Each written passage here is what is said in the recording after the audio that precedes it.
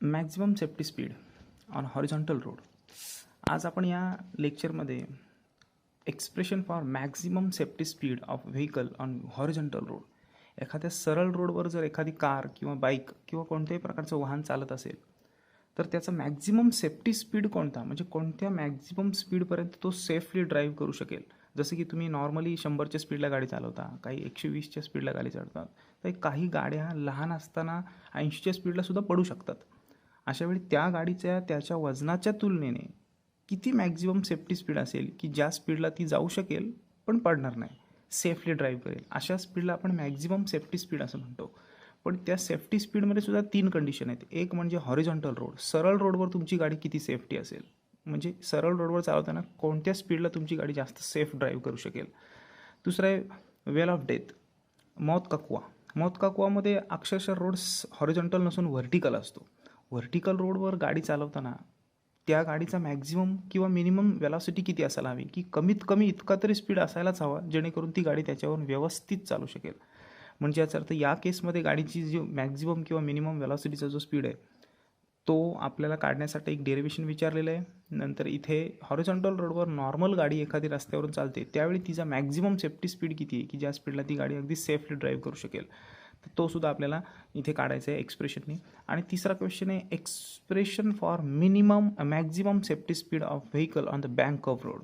एखादा क्रॉस झालेला बँकिंग असलेला रोड, ज्या टर्नवर जेव्हा आपण एखादी गाडी क्रॉस करतो किंवा एखादी 4 व्हीलरसुद्धा एखाद्या पर्टिक्युलर वळणावरनं क्रॉस जाते त्यावेळी त्या गाडीचा मॅक्झिमम सेफ्टी स्पीड किती असावा. कारण एखादी बाईक किंवा बाईक राईड करणारे जे मोटो जी पीमध्ये ड्राईव्ह करतात बाईक्स, हे बाईक्स रायडर काय करतात, त्यांचा गुडघा रस्त्याला टेकवतात. अशावेळी गाडीला बॅलन्स करण्यासाठी त्यांचा गुडघा त्यांना सपोर्ट करत असतो. पण नॉर्मली आपण जनरली एखाद्या क्रॉस रोडवर गाडी चालवतो तेव्हा जी गाडी किंवा जी बाईक आपण क्रॉस करतो त्यावेळी आपण आपला गुडघा टेकत नाही. अशावेळी संपूर्ण फोर्स ऑफ फ्रिक्शन हा टायरवर डिपेंड असतो.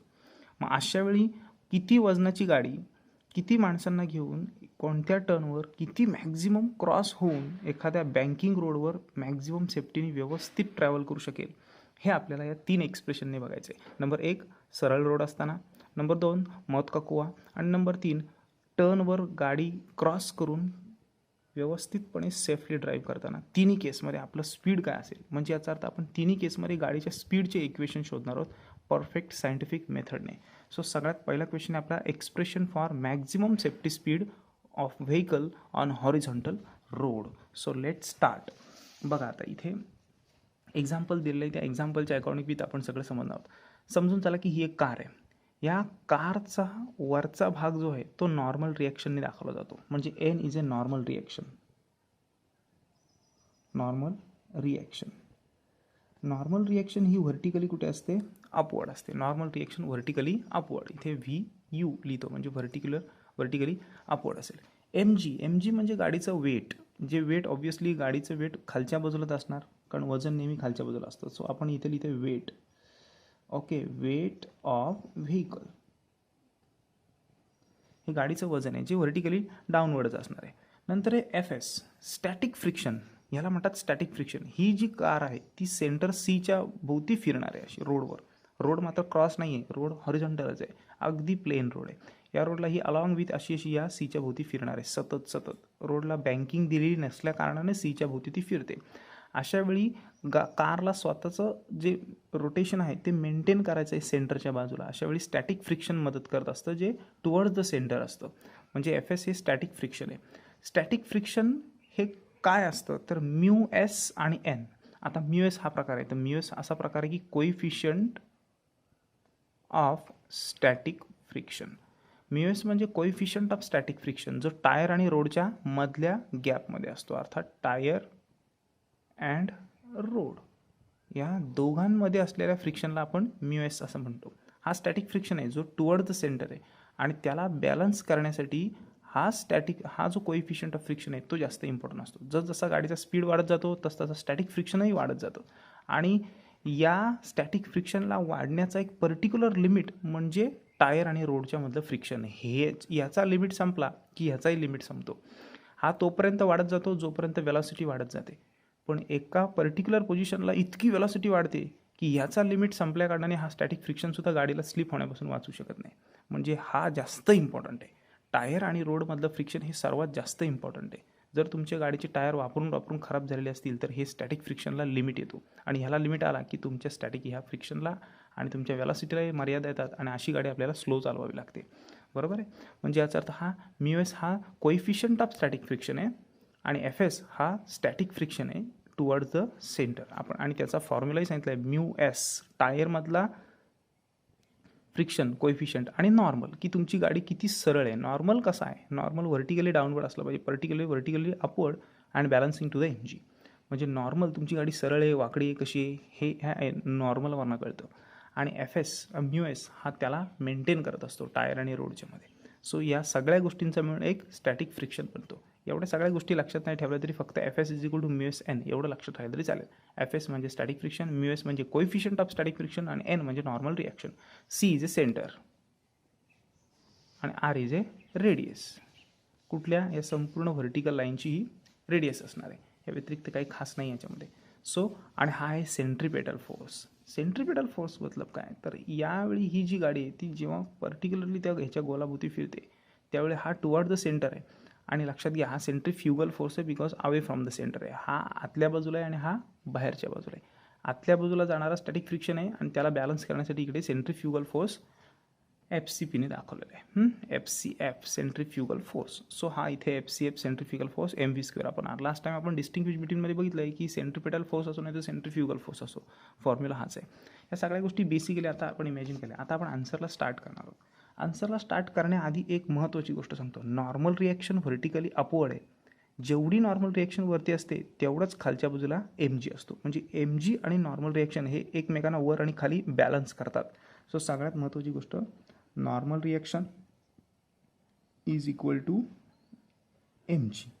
लक्षात येते का. नॉर्मल रिॲक्शन व्हर्टिकली अपवर्ड आहे, MG व्हर्टिकली डाऊनवर्ड आहे. ते एकमेकांना बॅलन्स करतात. म्हणजे सगळ्यात पहिलं स्टेटमेंट काय येईल तर स्टेटमेंट असं येईल की normal reaction balances the weight of vehicle which is vertically downward. Okay. असे लाईन लिहिल्याच्या नंतर आपलं पहिलं इक्वेशन असणार आहे N is equal to MG. हे पहिलं स्टेटमेंट एक वरचा आणि एक खालचा. That's it. सिम्पल आहे. दुसरं स्टेटमेंट आहे हा आतल्या बाजूला हा बाहेरच्या बाजूला. म्हणजे याचा अर्थ हा आत चालला आहे हा बाहेर चालला आहे. हे पण दोघं एकमेकांना बॅलन्स करतात. म्हणजे static friction balance the centrifugal force. मग स्टॅटिक फ्रिक्शन हा जो FS आहे तो ॲज इट इज आणि सेंट्रीफ्युगल फोर्सचा इथे फॉर्म्युला दिला आपल्याला काय MV²/R. बरोबर आहे. पण तसा विचार जर केला तर हे इक्वेशन 1 आहे जे नॉर्मल MGला बॅलन्स करतं. नंतर स्टॅटिक फ्रिक्शन सेंट्रीफ्युगल फोर्सला बॅलन्स करतं. सेंट्रीफ्युगल फोर्सची इथे व्हॅल्यू टाकलेली आहे. पण FSची व्हॅल्यू आपल्याला इथे माहिती आहे μSN. सो ही μSNची व्हॅल्यू आपण इथे FSच्या ठिकाणी टाकणार आहोत. बघा FSची व्हॅल्यू टाकली μS आणि N स्टॅटिक कोइफिशियंट फ्रिक्शन आणि हा टाकला काय MV²/R. इथपर्यंत आलो आता आपण. आता एक महत्त्वाची गोष्ट अजूनही इथे सांगितलेली आहे की नॉर्मल रिॲक्शन ही MGला बॅलन्स करते. इथेच दिलं आहे नॉर्मल रिॲक्शन ही MGला बॅलन्स करते. म्हणजे Nची व्हॅल्यू आपल्याला माहिती आहे MG. Okay fine. म्हणजे या Nच्या ठिकाणी आपण MG टाकू शकतो. म्हणजे फ्रॉम इक्वेशन 1 ही 1ची व्हॅल्यू उचलून आपण या Nच्या ठिकाणी टाकणार आहोत. Simply easy. इक्वेशन कशामध्ये 3मध्ये. म्हणजे 1 आहे तो कशात पुट करायचा 3मध्ये पुट करायचा. मग बघा हा μS ॲज इट इज लिहिला. Nची व्हॅल्यू आपण इथे टाकली काय MG is equal to right side as it is MV²/R. आता M अँड M कॅन्सल. आता राहिलं काय तर राहिला μS आणि हा राहिला G आणि राईट साईडला राहिलं V²/R. आता हा R डिव्हिजनचा इकडे मल्टिप्लायला आणला तर आपलं इक्वेशन तयार होतं V² is equal to μS G and R. तुम्ही μRG असं लिहिलं तरी चालणार आहे. So V is equal to पहिला लिहिला म्यू, दुसरा लिहिला R आणि तिसरा लिहिला G. S हा स्टॅटिक फ्रिक्शनचा आहे. व्हीचा स्क्वेअर जर काढला तर हे सगळे कशामध्ये जातील अंडर रूटमध्ये जातील. याचा रूट काढला तर V is equal to μSRG under root. This is the velocity. ही मॅक्झिमम सेफ्टी स्पीड आहे की या स्पीडला जर तुम्ही गाडी हॉरिझॉन्टल रोडवर चालवत आहे तरच तुमची गाडी सेफली ड्राईव्ह होईल. अदरवाईज ती प्रॉपर ड्राईव्ह होणार नाही. याचं SI युनिट नेहमी मीटर पर सेकंडच असतं वेलॉसिटी आहे.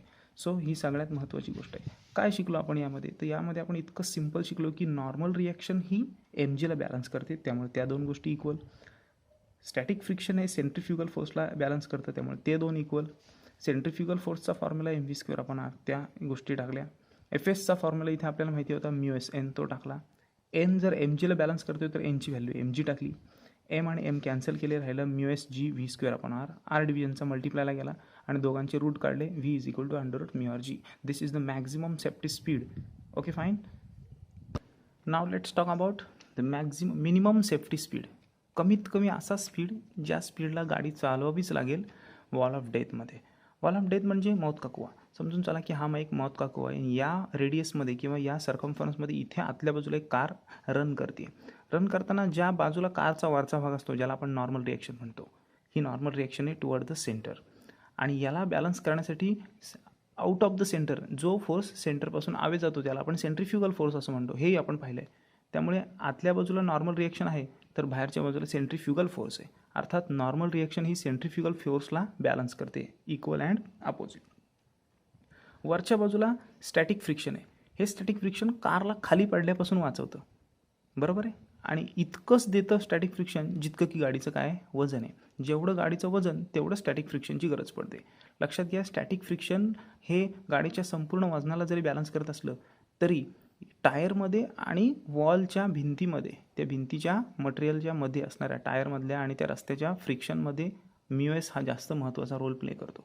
मग अशीच आपण पाहिलं आहे एफ एसचा फॉर्म्युला म्यू एस एन हा आपल्या सगळ्यांना माहिती आहे. स्टॅटिक फ्रिक्शनला आता एम जी बॅलन्स करतो आहे, नॉर्मल रिॲक्शनला सेंट्रिफ्युगल फोर्स बॅलन्स करतो आहे. हा इज इक्वल टू हा आणि this one is equal to this one. So let's start the answer. सो आपण काय करायचं आहे, सगळ्यात आधी स्टेटमेंट लिहायचं. काय स्टेटमेंट लिहायचं आहे, consider the vehicle is running over the wall of death with particular speed and the n is given as a normal reaction where the centrifugal force is equal and opposite balancing to the normal reaction which is given by mv square upon r. Fs is a static friction which is vertically upward and mg is a weight of the vehicle which is vertically downward. असं सगळं systematic लिहिल्याच्या नंतर आपण आन्सरला start करणार. n balance the centrifugal force. So normal reaction balance the centrifugal force.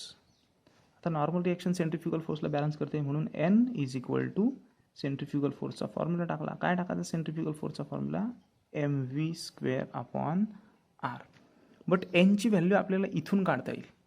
बघा इथून अशी काढता येईल. हा एन ॲज इज ठेवला. हा म्यू एस जर मल्टिप्लायचा डिव्हिजनला गेला इकडे तर F S upon mu S is equal to N. आपल्याला एनची स्पेसिफाईड व्हॅल्यू मिळते तर आपण 30 टाकणार आहोत त्याच्यामध्ये आणि त्या अर्थाने आपल्याला अगदी आरामात त्या गोष्टी करता येतील. So let's talk about the calculation. जसं आपण बघितलं नॉर्मल रिॲक्शनने एफ सी पीला बॅलन्स केलं, याला आपण इक्वेशन नंबर 1 नाव देणार आहोत. नॉर्मल रिॲक्शनने एफ सी पीला जसं बॅलन्स केलं तसं म्यू एसनी सुद्धा एम जीला बॅलन्स केलं आहे एफ एसनी. सो आपण तेही लिहिणार आहोत. F S balance the weight of car which is M G. F एसने आता एम जीला बॅलन्स केलं आहे. पण इथे एफ एसची व्हॅल्यू आपल्याला माहिती आहे म्यू एस एन. ही म्यू एस एनची व्हॅल्यू आपण एफ एसच्या ठिकाणी टाकणार आहोत. Quite easy to write down mu S N. इथे टाकला मी mu S N is equal to M G. बघा इथे आपल्याला एक बेसिक व्हॅल्यू मिळाली mu S N is equal to M G. आता आपल्याला काय करायचं आहे, एनची व्हॅल्यू काढायची. जर एनची व्हॅल्यू काढायची असेल तर हा म्यू एस आहे तो मल्टिप्लायचा इकडे डिव्हिजनला जाईल म्हणजे N is equal to M G upon हा काय आला इथे म्यू एस. हे इक्वेशन नंबर काय आलं 2 आलं. आता सिम्पली इझी एनची व्हॅल्यू आपल्याला M G upon mu S मिळाली ती इथे इक्वेशन 1मध्ये टाकायची. इथे एन दिसतोय आपल्याला, एनच्या ठिकाणी आपण टाकणार आहोत. So let's put the value of N in equation 1. So 2 जे इक्वेशन आहे ते कशात टाकायचं 1मध्ये टाकायचं. हा आला एन. एनची व्हॅल्यू काय इथे बघा M G upon mu S हे टाकली इथे एनच्या ठिकाणी आणि राईट साईड ॲज इज लिहिली आपण M V square upon R. Okay. आता या केसमध्ये एम अँड एम कॅन्सल झालेलं आहे. मग राहिलं काय इथे आपल्याकडे, तर राहिलं इतकंच की व्ही स्क्वेअर अपॉन आर हे राहिलं आणि इकडचं काय राहिलं आहे जी अपॉन म्यू एस. हे इक्वेशन मी सरळ करून लिहिलं इकडचं तिकडे इकडचं इकडे. आता आपल्याला वेलॉसिटी काढायची म्हणजे असली हा आर डिव्हिजनचं इकडे जाईल वरती मल्टिप्लायला म्हणजे V square is equal to G R upon mu S. And last स्टेपला आपल्याला याचे काय करायचं आहे रूट काढायचं आहे म्हणजे व्ही स्क्वेअरचा रूट काढला व्ही आणि यांचा रूट निघत नाही म्हणजे under root G R upon mu S. This is the minimum velocity of wall of death, velocity of car in wall of death. V mean. इथं मीन का लिहायचं? कारण ही मिनिमम व्हॅलोसिटी. एवढ्या स्पीडला जर कार नाही चालवली तर कार मौतच्या कुवामध्ये खाली पडेल. म्हणजे याचा मॅक्झिमम सेफ्टी स्पीड ॲटलिस्ट इतकं तरी असणं गरजेचं आहे. Simply easy, it's quite easy derivation. आतापर्यंत आपण इथपर्यंत शिकलो the maximum safety speed of horizontal road. आता जस्ट आपण एक पाहिलं वॉल ऑफ डेथ. याच्यामध्ये सुद्धा आपण maximum safety speed, minimum safety speed पाहिला, ज्याच्यामध्ये वॉल ऑफ डेथमध्ये गाडीचा मॅक्झिमम स्पीड किती असावा. आता आपण बघतो की बँक कर्व रोड, एखाद्या पर्टिक्युलर ठिकाणी रस्त्याच्या कॉर्नरला किंवा एखाद्या वळणावर रोड थोडासा क्रॉस बनवलेला असतो. रोड बनवणाऱ्यांचे जे इंजिनियर्स असतात, हे सर्व इंजिनियर्स त्यावेळी कॅल्क्युलेशन करूनच कुठल्या बाजूला किती क्रॉस असावा रोड, या बाबतीत संपूर्ण कॅल्क्युलेशन करून, किंवा घाटातले रस्ते, वळणाचे रस्ते, कुठल्या बाजूने कोणत्या प्रकारे किती लोडची गाडी कशा प्रकारे नॉर्मल रिॲक्शनला बॅलन्स करून अगदी व्यवस्थित मॅक्झिमम सेफ्टी स्पीडनी किंवा मिनिमम सेफ्टी स्पीडनी स्वतःची ड्राईव्ह प्रॉपर करू शकते. यासाठीचे काही फॉर्म्युले आहेत. या फॉर्म्युल्यामध्ये मॅक्झिमम सेफ्टी स्पीड, अँगल किती असायला हवा, अँगल ऑफ बँकिंग किती असायला हवी, या सगळ्या गोष्टीचे टोटल इंजिनिअरिंगचे फॉर्म्युला आता आपण या केसमध्ये बघणार आहोत. So let's start the maximum safety speed on the bank curve road. Let's start about obtain the expression for the maximum safety speed with which a vehicle can be safely driven along the curve bank road.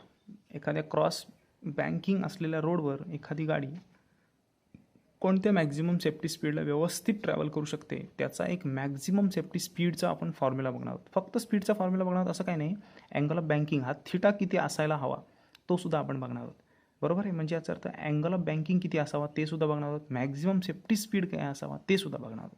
हे दोन्ही derivation आपण एकत्रितपणे याच्यात बघणार आहोत. या केसमध्ये हा जो रस्ता दिसतोय, हा रस्ता AC हा इन्क्लाइन सरफेस आहे. ॲक्च्युली पृथ्वीचा मेन सरफेस AB आहे हा, पण त्याच्यावर बांधकाम करून रस्ता असा AC टाईप बनवलेला आहे. एक बाजूला चढणे, एक बाजूला उतरणे. हा उतार नाही आहे, हा एक पर्टिक्युलर क्रॉस सेक्शनल रोड आहे. यासाठी आपण एक एक्झाम्पल बघणार आहोत. जसं की बघा, इथे जनरली एखाद्या प्लेन रोडवर जेव्हा गाडी चालते त्यावेळी तिचा वरचा भाग वरच्या बाजूला असल्याकारणे नॉर्मल रिॲक्शन वरती असते आणि वेट खाली असतो. ही सीधी गोष्ट आहे. आणि तो असा गोलाकार फिरत असल्याकारणे सेंट्रिपेटल फोर्स हा आतल्या बाजूला असतो. एकदम स्ट्रेट फॉरवर्ड गोष्ट आहे. यापेक्षा हा झाला हॉरिझॉन्टल रोड. हा जर आपण बँकिंग रोडवर आलो, इथे थिटा असलेल्या बँकिंग रोडवर, तर या केसमध्ये ॲक्च्युली गाडीची क्रॉस पोझिशन होते आणि नॉर्मल रिॲक्शन सरळ असायच्याऐवजी थोडासा वाकडा होतो आणि सेंट्रिपेटल फोर्स इकडे जसा इकडे होता तसा हा थोडासा क्रॉस होतो. मग अशा केसला ही सरळ पोझिशन आहे, ही क्रॉस पोझिशन आहे. ही क्रॉस पोझिशन नक्की उतारावरची आहे का, तर नाही आहे. ही क्रॉस पोझिशन या टाईपची आहे. समजून चला की एक मोठं स्टेडियम आहे. स्टेडियमच्या मधल्या बाजूला हा असा एक ग्राउंड आहे आणि ग्राउंडच्या भोवताली या टाईपचा असा क्रॉस रस्ता केलेला आहे या बाजूने. ह्याच्यावर अशी गाडी क्रॉस चालते. लक्षात येते तुमच्या, या बाजूने अशी. म्हणजे या रोडवर ही गाडी क्रॉस चालते. रस्ता आतल्या बाजूला झुकलेला आहे आणि हा जो ट्रायंगल दिसतोय, या ट्रायंगलवरनं ही गाडी इथून अशी येणार आहे. म्हणजे अर्थात असे सगळीकडे ट्रायंगल्स आहेत. या टाईपने याच्यावरनं ही गाडी येणार आहे. आणि हा जो ट्रायंगल आहे, हा क्रॉस स्लिपरी रस्ता आहे. याच्यावर गाडी सरळ उभी राहू शकत नाही, क्रॉसच राहणार नाही, या टाईपनी चालणार. याचा अर्थ हा जो ट्रायंगल आहे, हा ट्रायंगल म्हणजे हा ट्रायंगल आहे. लक्षात येते. म्हणजे हा उतारावरनं ही गाडी खाली येत नाही आहे, जबकी याच्यावरनं अशा टाईपनी फिरते. हा बघा, हा रस्ता. Okay, fine. म्हणजे याचा अर्थ ही सर्वात महत्त्वाची गोष्ट आहे की इथे आपल्याला हा जो रस्ता दिसतोय, हा बँकिंग केलेला रस्ता आहे आणि हा इथला आहे तो थिटा आहे. Right here. की हा थिटा किती असावा. हा जर थिटा जास्तच मोठा केला तर रोड खूपच क्रॉस होऊन जाईल आणि अशा क्रॉस रोडवर कदाचित गाडी चालणार नाही. म्हणजे ह्या क्रॉस रोडला रस्ते बांधकाम करणारे लोक असतात, ते वळणावर किती क्रॉस रस्ता ठेवावा यासाठी अँगल ऑफ बँकिंग किंवा मॅक्झिमम सेफ्टी स्पीडचा फॉर्म्युला वापरूनच अशा प्रकारचे रोड आणि मटेरियल टाकून तो रोड बनवतात. मग आता आपण आपल्या आन्सरला स्टार्ट करणार आहोत.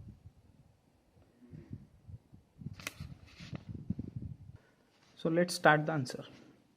या केसमध्ये डायग्राममध्ये बघा, इथे कार आहे. ही कोणती एखादी कार आहे जी एका पर्टिक्युलर इन्क्लाइन सरफेसवर आहे. The angle made by the surface of a road, angle made by the surface of a road with horizontal surface road is called angle of banking. Angle of banking म्हणजे काय की incline सरफेसनी आणि surface of रोडच्या मध्ये असलेल्या अँगलला आपण angle of banking असं म्हणतो. की ॲक्च्युली हॉरिझॉन्टल रोड असा आहे पण इन्क्लाइन सरफेस असा आहे. मग दोघांच्या मध्ये तयार झालेल्या अँगलला आपण अँगल ऑफ बँकिंग असं म्हणतो. या केसमध्ये AC हा आपला इन्क्लाइन सरफेस आहे, जबकि AB हा आपला हॉरिझॉन्टल सरफेस आहे. ही मुख्य पृथ्वी आहे पण त्याच्यावरती आपण इन्क्लाइन रोड सरफेस क्रॉस बनवलेला आहे जो AC आहे. दिसतोय cross. BC is a height, या बाजूला पर्टिक्युलर हाईट दिलेली आहे आपण. G is a centre of gravity, जिथे संपूर्ण गाडीचं वेट सेंटरला मॅनेज केलेलं असतं. W is a weight of car किंवा weight of vehicle vertically downward असतं. आणि N is a normal reaction. As you know about that the normal reaction is of vehicle is vertically upward. Consider a vehicle of mass M. गाडीचं मास M consider करा. Moving with velocity V आहे on bank curve road. Bank angle is theta. Everybody knows about it as per the figure. F is a frictional force between tire and surface of the road.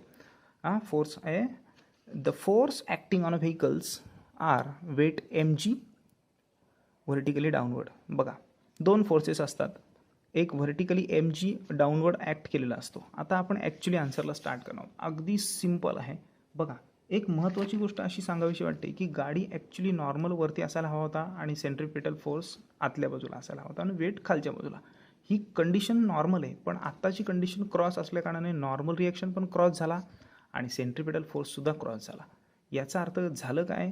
याचा अर्थ असं झालं की प्रत्येक गोष्ट ही दोन पार्टमध्ये दुभागली गेली. सेंट्रिपेटल फोर्ससुद्धा दोघांच्यात वाटला गेला आणि नॉर्मलसुद्धा दोघांच्यात वाटला गेला. कसा गेला? तर बघा, नॉर्मल रिॲक्शनचे दोन तुकडे पडले आणि फोर्सचे सुद्धा दोन तुकडे पडले. तर आता फोर्स बघा काय, हा जो फोर्स आहे तो दोन प्रकारे रिझॉल्व झाला. The force is resolve into two component. पहिलं कॉम्पोनंट आहे एफ कॉस थिटा, दुसरं कॉम्पोनंट आहे एफ साइन थिटा. बघा, हा फोर्स आहे, दिसतोय काय? या फोर्सचे किती तुकडे पडले? दोन. एक एफ कॉस थिटा आणि एफ साइन थिटा. जसं मी तुम्हाला म्हटलं की फोर्सचे दोन तुकडे पडले, तसे नॉर्मलचे सुद्धा दोन तुकडे पडले. बघा, नॉर्मलचे दोन तुकडे पडले, एन कॉस थिटा आणि एन साइन थिटा. हा बघा, हा एन आणि हा एन. एकच गोष्ट लक्षात ठेवायची काय, की बाबा इथे असलेला फोर्स आणि इथे असलेला नॉर्मल, या प्रत्येकाचे किती तुकडे झाले? दोन. एक F cos theta, F sine theta, आणि नॉर्मलचे सुद्धा दोन तुकडे झाले, एन कॉस थिटा आणि एन साइन थिटा. सिम्पल आहे एकदम. आता इथे ते कुठे कुठे गेले ते आपण बघणार आहोत. अगदी साधी गोष्ट आहे. बघा, हा जो सेंट्रिपेटल फोर्स आहे एफ, हा दोन ठिकाणी डिस्ट्रीब्यूट झाला. एक बघा, एफ कॉस थिटा आणि एफ साइन थिटा. दिसतंय का? म्हणजे हा जो फोर्स आहे एक आतल्या बाजूला आणि एक खालच्या बाजूला, दोन बाजूनी रिझॉल्व झाला. एक आतल्या बाजूला कोणता? Towards the centre. F cos theta is resolve inside toward the centre आणि एफ साइन थिटा कुठे आला? खाली. सगळ्यात महत्त्वाची गोष्ट ही जर लक्षात नाही राहिली तर विषयच संपला. लक्षात येते का? फोर्स आणि नॉर्मल या दोन गोष्टी रिझॉल्व होतात. फोर्सचे दोन तुकडे एफ कॉस थिटा आतल्या बाजूला, एफ साइन थिटा खालच्या बाजूला. डन. ही पहिली गोष्ट झाली. इथे तसं आपण मेन्शन केलं आहे, एफ कॉस थिटा आतल्या बाजूला ॲरो दिसतोय आणि एफ साइन थिटा खालच्या बाजूला. डन. हे झालेलं आहे. त्याच्यानंतर आपण नॉर्मलबद्दल बोलतोय. नॉर्मलचे सुद्धा दोन तुकडे पडलेले आहेत. आता नॉर्मल कुठे कुठे रिझॉल्व झाला आहे? तर नॉर्मल बघा, एन कॉस थिटा वरती आणि N sine theta toward the centre. दिसतंय का? म्हणजे सेंट्रिपेटल फोर्स जसा डिस्ट्रीब्यूट झाला F cos theta, F sine theta, तसा नॉर्मल रिएक्शनसुद्धा एन कॉस थिटा आणि एन साइन थिटामध्ये डिस्ट्रीब्यूट झाला. एक वरती आणि एक आतल्या बाजूला. डन. इथे सगळं कोण कुठे डिस्ट्रीब्यूट झालं आहे ते दिलं आहे. बघा, F cos theta along the horizontal direction, F sine theta along vertically downward, आहे की नाही? नंतर एन कॉस थिटा पण सांगितलं आहे अलॉंग व्हर्टिकली डायरेक्शन आणि N cos theta along horizontal direction. या सगळ्या गोष्टी दिलेल्या आहेत. आणि वेट हा नेहमी कुठल्या बाजूला असतो? खालच्या बाजूला असतो, जो इथे दिलेलाच आहे. या सगळ्या गोष्टी, या चार गोष्टी ज्याला कळल्या त्याला डेरिव्हेशन संपूर्ण कळलं. आता एक्झॅक्टली काय करायचं बघा, नॉर्मल रिॲक्शन आणि फोर्सचे किती तुकडे पडले? एफ कॉस थिटा आणि एफ साइन थिटा. दिसतोय एफ कॉस थिटा आणि एफ साइन थिटा, इथे आणि इथे कॉस साइन लक्षात घ्या.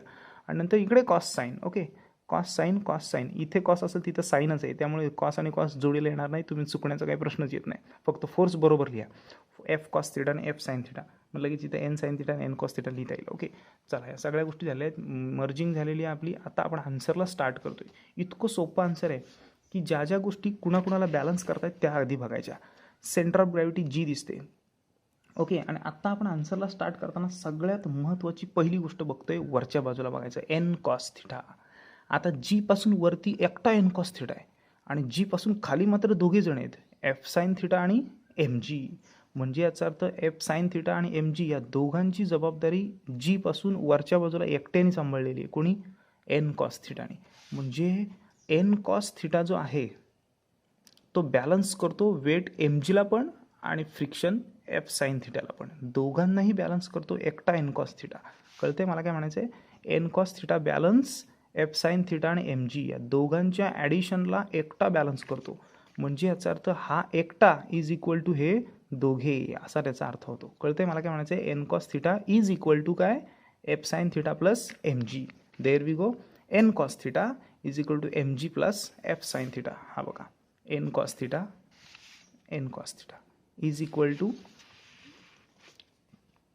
M G plus F sine theta. बरोबर आहे. हा वरचा एक आणि ह्या दोघांची काय केली ॲडिशन. ओके, जसं या दोघांचं केलं तसं आतल्या बाजूला पण बघायचं की एकट्या सेंट्रिपेटल फोर्सला हे दोघे बॅलन्स करतात. बघा एकट्या सेंट्रिपेटल फोर्सला हे दोघे बॅलन्स करतात. जसं ह्याला या दोघांनी बॅलन्स केलं होतं तसं हा एकटा सेंट्रिपेटल फोर्स या दोघांनी बॅलन्स केला जातो. Simply easy. पण हे इक्वेशन आपलं इथे संपत नाही. हा एफ साईन थिटा आहे तो प्लस आहे ना, तो इकडे येताना मायनसला करून घ्यायचा. म्हणजे N cos theta minus F sine theta is equal to right साईडला राहिला एम जी. इक्वेशन 1. सिम्पल आहे एकदम. डेरिव्हेशनची सर्वात इझी सुरुवात. This one is equal to this one plus this one. Done. दुसरी गोष्ट, this one is equal to this one plus this one. F C P is equal to F cos theta plus N sine theta. हा बघा इथे लिहिला N cos theta एकटा. Okay, हे झालं आपलं. आता आपण इथे नवीन क्वेश्चनमध्ये येतो. हे बघा F cos theta plus N sine theta is equal to एकटा सेंट्रिपेटल फोर्स, ज्याचा फॉर्म्युला आपल्याला माहिती आहे M V square upon R. Okay fine. म्हणजे धिस वन, हा बघा this one is equal to this one plus this one, this one plus this one. साधी गोष्ट आहे, काही करायचं नाही. ह्याला आपण या दोघांच्या ॲडिशनने इक्वल दाखवलं तसं याला आपण ह्या दोघांच्या ॲडिशनने इक्वल दाखवलं. बघा आता this one plus this one is equal to that one दाखवला इथे. आता हे झालं इक्वेशन 2 झाल्याच्या नंतर सगळ्यात सोपी गोष्ट येते. Divide equation 2/1. 2ला 1नी आपण डिवाइड करणार आहोत. मग आता 2ला 1नी डिवाइड करायचं म्हणजे पहिल्यांदा 2 इक्वेशन पूर्ण लिहून घ्यावं लागेल. हा बघा लिहिलं आहे N sine theta plus F cos theta is equal to M V square upon R. आणि ह्याच्या खाली डिवाइडला हा अख्खा इक्वेशन लिहिलं बघा मायनसवाला इथे लिहिलं बघा N cos theta minus F sine theta is equal to M G लिहिला. म्हणजे 2ला 1नी डिवाइड केला. 1नी डिवाइड केलं तर एम आणि एम कॅन्सल झाला आणि हा आर डिव्हिजनचा इकडे आला मल्टिप्लायला. साधी गोष्ट आहे. बघा आता N sine theta plus F cos theta upon N cos theta minus F sine theta. ही डावी स्टेप ॲज इट इज आली आणि वरती राहिला फक्त व्ही स्क्वेअर आणि हा आर खाली आल्या काळामध्ये खाली आले R G. Equation number 3. Quite easy. मागाच्या डेरिव्हेशनमध्ये आपण बघितलं आहे force is equal to mu S N. हे आपल्याला सगळ्यांना माहिती आहे. Static friction, N is a normal reaction, whether this is a force, frictional force. आता हा जर एन मल्टिप्लायचा डिव्हिजनला आणला तर म्यू एसची व्हॅल्यू मिळते एफ अपॉन एन. हा एफ आहे, त्याच्या खाली हा आला एन आणि is equal to mu S. Okay, हे फक्त आपल्याला बाजूला करून ठेवायचं आहे. हे लगेच इथे कुठेही पुट करायचं नाही, कारण इथे कुठेही म्यू एस नाही आहे पुट करायला. चला नेक्स्ट. आता आपण पुढच्या स्टेपला येतं इथूनच इक्वेशन नंबर 3ला. ह्या इक्वेशन नंबर 3ची ही जी लेफ्ट साईड आहे, या लेफ्ट साईडला आपण प्रत्येकाला एन कॉस थिटाने डिवाइड करणार आहोत. प्रत्येकाला ह्याला ह्याला ह्याला ह्याला सगळ्यांना चौघांनाही एन कॉस थिटाने डिवाइड करणार आहोत. हां, तर बघा आता N sine theta plus F cos theta वरची बाजू आहे ना, त्या दोघांनाही एन कॉस थिटाने डिवाइड केलं आहे. मधलं प्लसचं साईन जसंच्या तसंच आहे. डिवायडेड बाय ही लाईन आहे ना, ही लाईन इथे लिहिली बघा, ही बघा. ओके, आणि आता N cos theta minus F sine theta आणि या दोघांना सुद्धा पुन्हा एन कॉस थिटाने डिवाइड केले. बघा हा एन कॉस थिटा आहे, या प्रत्येकाला चौघांना 1 2 3 आणि 4 चौघांनाही काय केलं आहे डिवाइड केलं आहे. आता डिवाइड केल्यानंतर काय करायचं आहे तर कॅन्सलेशन करून ही स्टेप येते. कशी येते बघा, एन आणि N cancel, sine upon cos tan theta. बरोबर आहे. हा कॉस थिटा आणि हा कॉस थिटा कॅन्सल झाला. F upon N. आता एफ अपॉन एन मी लिहिला असता, पण एफ अपॉन एनची व्हॅल्यू माहिती आहे म्यू एस, म्हणून एफ अपॉन एन न लिहिता आपण डायरेक्ट म्यू एस लिहिला. Next N cos theta cancel राहिला 1 minus sine as it is. F upon एनची व्हॅल्यू म्यू एस आणि sine upon cos is equal to tan. Right side as it is. Okay, इथपर्यंत आल्याच्या नंतर आपण काय करणार आहोत, हा जो व्ही मॅक्स आर जी आहे तो इथे लिहिला मी. हा आर जी डिव्हिजनचा इकडे मल्टिप्लायला आणला. हा जो टोटल ब्रॅकेट आहे ना, या टोटल ब्रॅकेटला हा आर जी डिवाइडचा फक्त इकडे मल्टिप्लायला आणला. हा बघा आणला आर जी आणि हा ब्रॅकेट ॲज इट इज इकडे राहिला फक्त व्ही मॅक्स. डन. इथपर्यंत आल्याच्यानंतर यांचा आपण रूट काढणार आहोत. जर व्ही स्क्वेअरचा जर मी रूट काढला तर व्ही येईल. मग व्ही काढून तो काय येईल तर ह्या संपूर्ण गोष्टी आता रूटमध्ये जातील. हे बघा V max is equal to याचा स्क्वेअर गेला आणि हे सगळे अंडर रूटमध्ये आले. इथपर्यंत आल्याच्यानंतर if theta is equal to 0, जर अँगल ऑफ बँकिंग थिटा 0 नसेलच तर मात्र काय येईल तर जर थिटाची व्हॅल्यू 0 टाकली इथे तर टॅन 0 0 होऊन जाईल. इथे सुद्धा टॅन 0 0 होऊन जाईल. म्हणजे म्यू एस प्लस 0 फक्त म्यू एसच येणार आणि म्यू एसच राहील फक्त, कारण डिनॉमिनेटरला 0 आला, 1 मायनस 0 1 राहिला. याचा अर्थ फक्त काय राहतो तर इथे बघा हा आला आर जी ब्रॅकेटमध्ये आला टॅन 0 0 प्लस राहिला म्यू एस अपॉन 1 मायनस हा पण आला 0 बिकॉज टॅन 0 0 म्यू 0 0. जर असा विचार केला तर इथे राहतं फक्त म्यू एस आर जी, म्हणजे याचा अर्थ ही संपूर्ण case mu S R G अशी राहते.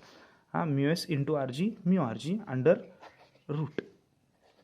ओके, ही आली. जर म्यू एसची जर थिटाची व्हॅल्यू 0 होती तर मॅक्झिमम सेफ्टी स्पीड इतका येतो. ओके, पण जर म्यू एसच 0 असेल, म्यू एस म्हणजे काय, स्टॅटिक फ्रिक्शन, टायर पूर्णच खराब झालेले असतील, टायरमध्ये आणि रोडमध्ये फ्रिक्शनच नाही राहिलं, टायर पूर्ण गोटे झालेले असतील, तर mu S is equal to 0 असतो. आणि मग म्यू एसच्या ठिकाणी आपण 0 टाकणार. ओके, आर जी लिहिला, टॅन थिटा लिहिला, प्लस म्यू एसची व्हॅल्यू टाकली 0 अपॉन 1 मायनस म्यू एसची व्हॅल्यू पुन्हा 0 टाकली आणि इथे टाकला टॅन थिटा. जर कॅल्क्युलेशन केलं, हे सगळे अंडर रूटमध्येच आहेत. ओके, जर कॅल्क्युलेशन केलं तर आर जी आणि टॅन थिटा प्लस 0 म्हणजे इथे फक्त टॅनच थिटा राहिला, टॅन थिटा. ओके, आणि खालच्या बाजूला काय 0 राहिला, म्हणजे इथं तर काहीच नाही राहिला. Under root R G tan theta हा व्ही मॅक्सचा फॉर्म्युला आला. So this both are the formula. This is the expression under root R G tan theta, expression of maximum safety speed. एकतर हा आणि एकतर हा, या दोन कंडिशनमध्ये आपण अँगल ऑफ बँकिंगवर आरामात कार किंवा गाडी आरामात चालवू शकतो. Okay, fine. सो हे संपूर्ण डेरिव्हेशन असं आहे की या केसमध्ये एकदम सिम्पल स्ट्रेट फॉरवर्ड गोष्टी आहेत. जर नसतील समजल्या तर आपण ही व्हिडिओ बॅक करून पुन्हा पुन्हा व्यवस्थित सगळ्या गोष्टी बघू शकतो. महत्त्वाची गोष्ट म्हणजे कोण कोणाला बॅलन्स करतो, बरोबर आहे. आता या केसपर्यंत आपण इथपर्यंत आलेलो आहोत. त्याच्यानंतर आपण अशी महत्त्वाची गोष्ट बघितली की जर थिटा 0 असेल तर हा इक्वेशन आला आणि म्यू एस 0 असेल तर हा इक्वेशन आला. हा आत्ताच आपण बघितला, बरोबर आहे. पण जर मी हे इक्वेशन पुढे कॅरी केलं, जसं की ह्या दोघांचा पुन्हा स्क्वेअर केला, तर काय येईल इक्वेशन, आता आपण ते बघणार आहोत. म्हणजे जेणेकरून आपल्याला अँगल ऑफ बँकिंगचा थिटासुद्धा मिळेल. सो बघूया, आपण ह्यांचा पुन्हा स्क्वेअर करणार आहोत. म्हणजे व्ही मॅक्सचा आला V square max is equal to R G tan theta. या दोघांचे मी रूट काढले. रूट काढल्यानंतर हा आर जी जो आहे तो मल्टिप्लायचा इकडे डिव्हिजनला आणला, म्हणजे V square upon R G is equal to इकडे राहिला काय टॅन थिटा. आणि हा टॅन मी इकडे जर इन्व्हर्सला आणला तर थिटाची व्हॅल्यू आपल्याला मिळते tan inverse V square upon R G. So this is the angle of banking. याला म्हणतात अँगल ऑफ बँकिंगचं फायनल इक्वेशन, जे आपल्याला इथे सुद्धा अगदी क्लिअर कट मेन्शन करून सांगितलं आहे. Theta is equal to tan inverse V square upon R G. म्हणजे याचा अर्थ this represent the angle of banking of road, it doesn't involve N G. लक्षात येते तुमच्या, हे सिम्पल इतकं साधं डेरिव्हेशन आहे की हे दिसायला जरी लेंदी असलं तरी आपल्याकडे व्यवस्थित सिस्टमॅटिक क्लिअर करून एक्सप्लेन केलं आहे. हे व्यवस्थितपणे पुन्हा पुन्हा बघावं लागणार आहे. Thank you. Next derivation is conical pendulum. Conical pendulum हा सुद्धा संपूर्णपणे आधीच्या डेरिव्हेशन सारखाच आहे. या केसमध्ये एखादा पर्टिक्युलर दोरा आणि त्या दोऱ्याला एखादी वस्तू बांधलेली असेल, त्या वस्तूचं नाव आहे पी. या केसमध्ये हा जो पी आहे, या पीला आपण एका रिजिड सपोर्टला बांधलेला आहे दोऱ्याने आणि तो आता फिरणार आहे. फिरताना तो जेव्हा फिरतो त्यावेळी तो असा घड्याळाच्या पेंडुलमसारखा फिरत नाही, तर तो गोलाकार फिरत असतो. अशावेळी जो कोन तयार होतो त्यामुळे त्याला आपण कोनिकल पेंडुलम असं सुद्धा म्हणतो. कोनिकल पेंडुलमचा मॅक्झिमम सेफ्टी स्पीड असं विचारला आहे की तो कोनिकल पेंडुलम जो फिरतो तो फिरताना त्याची वेलॉसिटी किती असते, V is equal to what. जसं आत्ताच आपण व्हीची व्हॅल्यू काढली under root R G tan theta, exactly हेच एक्सप्रेशन आपण याच्याबद्दल काढणार आहोत, पण कोनिकल पेंडुलमचं काढणार आहोत. अर्थात उत्तर under root R G tan थिटाच येणार आहे, पण ते कसं येणार आहे, काय येणार आहे, हे आता आपण या डायग्राममध्ये बघणार आहोत. Number 1, O is a centre of the circle. Okay, S is a rigid support, ज्या ठिकाणी आपला दोरा घट्ट बांधलेला आहे त्याला आपण रिजिड सपोर्ट असं म्हणतो. V is a velocity of Bob, conical Bob. T is a tension in the string. लक्षात घ्या, ज्यावेळी एखाद्या दोऱ्याला आपण वस्तू बांधतो तेव्हा दोरा थोडा ताणला जातो, ताणल्यामुळे त्या दोऱ्यामध्ये जे टेन्शन येतं ते टी अक्षराने दाखवलं जातं. Okay, T is a tension in the string. R is a radius of horizontal circle. हा जो आडवा वर्तुळ आहे, या वर्तुळाची रेडियस जी आहे ती आरने दाखवली, ही बघा इथे ओ पी. Okay, fine. नंतर काय दिलं आहे, L is a length of the string. इथून ते इथपर्यंत दोऱ्याची लांबी ती एलने दाखवलेली. हा एल आहे, हा टेन्शन टी आहे, ही रेडियस आर आहे आणि पी ही पोझिशन आहे आपल्या पार्टिकलची, right. Theta is a semi vertical angle. हा बघा इथे थिटा दाखवला आहे, इथे सुद्धा थिटा दाखवला आहे, हे दोन्ही पण सेमी व्हर्टिकल अँगल आहेत. त्याच्यानंतर आपण महत्त्वाची गोष्ट बघतोय ती म्हणजे height. Height of support of the Bob, H पासून ते ओपर्यंत ही दोऱ्याची हाईट असणार आहे. अर्थात लेंथ आणि हाईटमध्ये थोडासा फरक पडणारच आहे, पण मोस्टली तो तसा पडत नाहीच. Okay, fine. सो हाईट एचने दाखवली, लेंथ एलने दाखवलेली आहे, टी इज अ टेन्शन आणि आर इज अ रेडियस आणि O is a centre. Omega आपल्याला माहिती आहे अँग्युलर वेलॉसिटी, पण आपण अँग्युलर वेलॉसिटी न काढता लिनियर वेलॉसिटी काढणार, जी व्ही मॅक्स असणार आहे, मॅक्झिमम सेफ्टी स्पीड. आणि M G is a weight of the bob, जो व्हर्टिकली कुठे असणार आहे, डाऊनवर्डच असणार आहे. सो आता आपण आन्सरला स्टार्ट करणार आहोत. या आन्सरमध्ये सर्वात महत्त्वाची गोष्ट, जसं मगाशी आपण बघितलं नॉर्मल रिॲक्शन 2 कॉम्पोनंटमध्ये रिझॉल्व्ह झाली, N cos theta N sine theta, आणि फोर्ससुद्धा 2 केसमध्ये रिझॉल्व्ह झाला, एफ कॉस थिटा आणि N F sine theta. Right. इथे सुद्धा हा जो बॉब आहे तो जर स्पीड कमी झाला तर तो हळूहळू सेंटरलाच जाणार आहे. याचा अर्थ हा जो फोर्स आहे हा सुद्धा सेंट्रिपेटल फोर्सवरच काम करतो आहे. याचा अर्थ पी पासून ते ओपर्यंत आतल्या बाजूला जाणारा फोर्स आहे तो सेंट्रिपेटल फोर्स आहे FCP. लक्षात घ्या, म्हणजे इथे जो अजून एक ॲरो असेल तिथे FCP सेंट्रिपेटल फोर्सच असेल. Okay fine. पण हा सेंट्रिपेटल फोर्स आहे तो अगेन्स्ट वर्क करतोय. सो आता बघूया, आपण आन्सरला स्टार्ट करूया. In the displace position P there are the 2 forces acting on a bob. या बॉबवर आता 2 फोर्स आहेत. एक weight mg acting vertically downward. Weight mg कुठे ॲक्ट करतोय, व्हर्टिकली डाऊनवर्ड ॲक्ट करतोय. आणि दुसरा आहे टेन्शन T जो व्हर्टिकली अपवर्ड आहे along with the string. Okay, हा जो टेन्शन आहे तो वरच्या बाजूला आहे आणि mg आहे तो खालच्या बाजूला आहे. पण तरीही याच्यावर ॲक्ट होणारा जो फोर्स आहे तो 2 टाईप्स. दोऱ्यावर येणारं टेन्शन हे 2 कॉम्पोनंटमध्ये रिझॉल्व्ह होणार आहे. एक टी कॉस थिटा आणि एक टी साइन थिटा. सगळ्यात महत्त्वाची गोष्ट, T cos theta vertically upward आणि T sine theta towards the centre. Okay, म्हणजे याचा अर्थ टेन्शनचे 2 तुकडे पडले. Tension is resolve into 2 components. Number 1 T cos theta आणि number 2 T sine theta. Okay, T cos theta कुठे गेला, तर टी कॉस थिटा गेला व्हर्टिकली अपवर्ड. हा बघा, टी कॉस थिटा गेला व्हर्टिकली अपवर्ड आणि टी साइन थिटा कुठे गेला, टुवर्ड्स द सेंटर. आता टुवर्ड द सेंटरला ऑलरेडी एक फोर्स आहे आपल्याकडे, काय, mv²/r. एक्झॅक्टली, हे बघा, टुवर्ड द सेंटरला टी साइन थिटा बरोबर FCP सुद्धा आहे, सेंट्रिपेटल फोर्स. आणि टी कॉस थिटाच्या बरोबर एक्झॅक्टली विरुद्ध कोण आहे, तर mg आहे. खालच्या बाजूला कोण आहे, mg आहे. म्हणजे टी कॉस थिटाला बॅलन्स करणारा सेंट्रिपेटल नसून सेंट्रिफ्युगल फोर्स आहे जो बॅलन्स करतो mv²/r. हा आत, हा बाहेर, इक्वल अँड अपोजिट. हा वर आणि खाली, इक्वल अँड अपोजिट. म्हणजे हे 2 आपण इक्वल दाखवू शकतो, हे 2 आपण इक्वल दाखवू शकतो. Okay fine. So as per the diagram we are moving forward right here. So बघूया आता आपण डायग्राम थ्रू कसं काय लिहिणार आहोत हे derivation. Okay fine. So let's talk right here. T cos theta balance the mg. म्हणजे टी कॉस थिटा mgला बॅलन्स करतो, म्हणजे आपण लिहिणार T cos theta is equal to काय, तर mg. टी कॉस थिटा mgला बॅलन्स करतो. हा इथे T cos theta is equal to mg, ज्याला आपण नाव दिलं इक्वेशन 1. नंतर आपण असं लिहितोय की टी साइन थिटा. आता हा जो टी साइन थिटा आहे तो सेंट्रिफ्युगल फोर्सला काय करतो, बॅलन्स करतो. म्हणजे टी साइन थिटा हा सेंट्रिफ्युगल फोर्सला म्हणजे mv²/r याला बॅलन्स करतो. इक्वेशन नंबर आलं 2. कोण कोणाला बॅलन्स करतो हे आपण मगाशीच बघितलं आहे. हे फक्त वर खाली, हे फक्त वर खाली, एकमेकाला इक्वल अँड अपोजिट बॅलन्स केले. डायग्राममध्ये दाखवल्याप्रमाणे टेन्शनचे 2 तुकडे पडले आणि सेंट्रिपेटल फोर्स हा टी साइन थिटाला बॅलन्स करावा लागला at the position P right there in two. So आपण सगळ्यात आधी हे लिहिलं, टी कॉस थिटा mgला बॅलन्स केला, this one is equal to this one आणि this one is equal to centripetal force. Okay, 2 गोष्टी झाल्या. आता इथे डिवाइड करायचं. बघा, डिवाइड इक्वेशन 2/1. 2ला 1ने डिवाइड करायचं आहे. ओके, सो आपण 2 वरती लिहिणार आणि 1 खाली लिहिणार. सो बघा, आता लिहितो मी टी साइन थिटा अपॉन काय लिहिणार, टी कॉस थिटा लिहिलं. आणि हा लिहिला काय, mv²/r आणि डिवायडेड बाय काय, mg. आता बघा, टी आणि T cancel, sine upon cos, tan. हा टॅन थिटा आला. हा आर डिव्हिजनचा खाली आला इकडे मल्टिप्लायला, म्हणजे एम आणि एम कॅन्सल, राहिला फक्त काय, v²/rg. आणि हा rg डिव्हिजनचा मल्टिप्लायला आला तर v² is equal to rg tan theta. आणि जर रूट काढला तर v is equal to rg tan theta under root. This is the maximum velocity of conical pendulum. Look at the answer. It's very easy and straightforward answer right here in TT cancel. mr ओमेगाच्या ऐवजी mv²/r लिहा, mr खाली v²/rg आला आणि त्याच्यानंतर under root rg tan theta. हाय बघा equation right here in and the root is there right there in. Okay, this is the maximum safety speed of the otherwise maximum speed of the conical pendulum. Very easy right here.